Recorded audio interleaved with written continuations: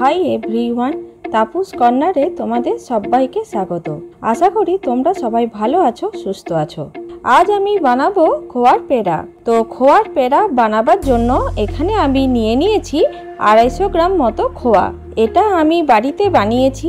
তোমরা চাইলে বাজার থেকে কেনা খোয়া দিয়েও এটা বানিয়ে নিতে পারবে। আর নিয়েছি 150 গ্রাম মতো চিনি গুঁড়ো। চিনির আন্দাজটা তোমরা তোমাদের প্রয়োজন মতো দিও। আর নিয়েছি 1 টেবিল স্পুন ঘি আর এলাচের গুঁড়ো। এবার একটা প্যানে খোয়াটা ঢেলে দেব। আর এইভাবে খোয়াটা খুন্তির সাহায্যে কেটে কেটে দিচ্ছি, যাতে খোয়াটা খুব ভালোভাবে মেল্ট হয়ে যায়। কিন্তু খেয়াল রাখবে এই সময় গ্যাসের ফ্লেমটা লোতে রাখতে হবে, না হলে খোয়াটা নিচে থেকে লেগে যাবে।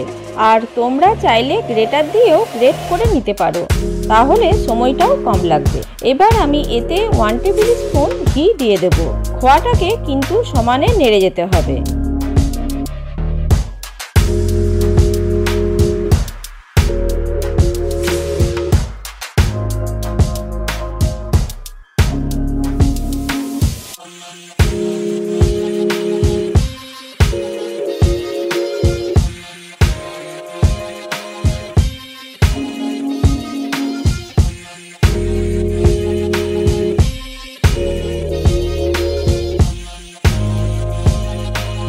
তো দেখো খোয়াটা পুরো মেল্ট হয়ে গেছে। এবার এর মধ্যে 1/2 টিস্পুন এলাচের গুঁড়ো আর চিনির গুঁড়োটা দিয়ে দেব। চিনি দেবার পর খোয়াটা আবার পাতলা হয়ে যায়, তাই আবার লো ফ্লেমে এটাকে কন্টিনিউ নেড়ে যেতে হবে।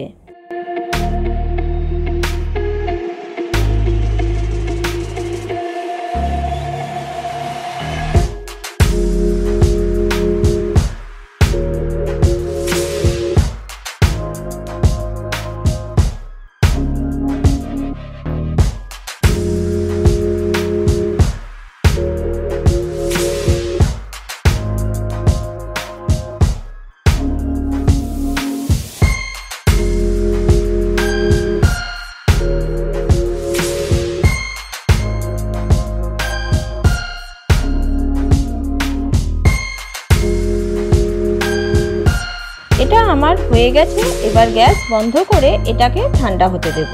তো দেখো এটা আমার ঠান্ডা হয়ে গেছে। এবার এটা থেকে আমি পেড়া বানিয়ে নেব।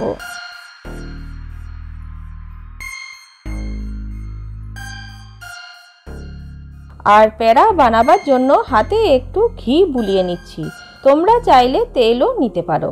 এবার এটা থেকে একটু পোর্শন নিয়ে এইভাবে হাত দিয়ে প্রথমে গোল করে নেব, তারপর একটা আঙুল দিয়ে প্রেস করে পেড়া বানিয়ে নেব। পেড়ার ডিজাইনটা তোমরা সবাই নিজেদের ইচ্ছে মতো করে নিতে পারো। আর এইভাবে আমি সব পেড়াগুলোকে বানিয়ে নেব।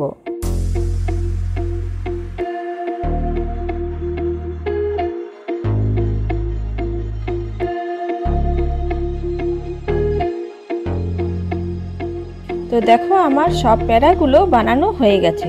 তাহলে দেখতেই পেলে বাড়িতে পেড়া বানানো কতটাই ইজি। আশা করব আজকের এই রেসিপিটি তোমাদের ভালো লেগেছে।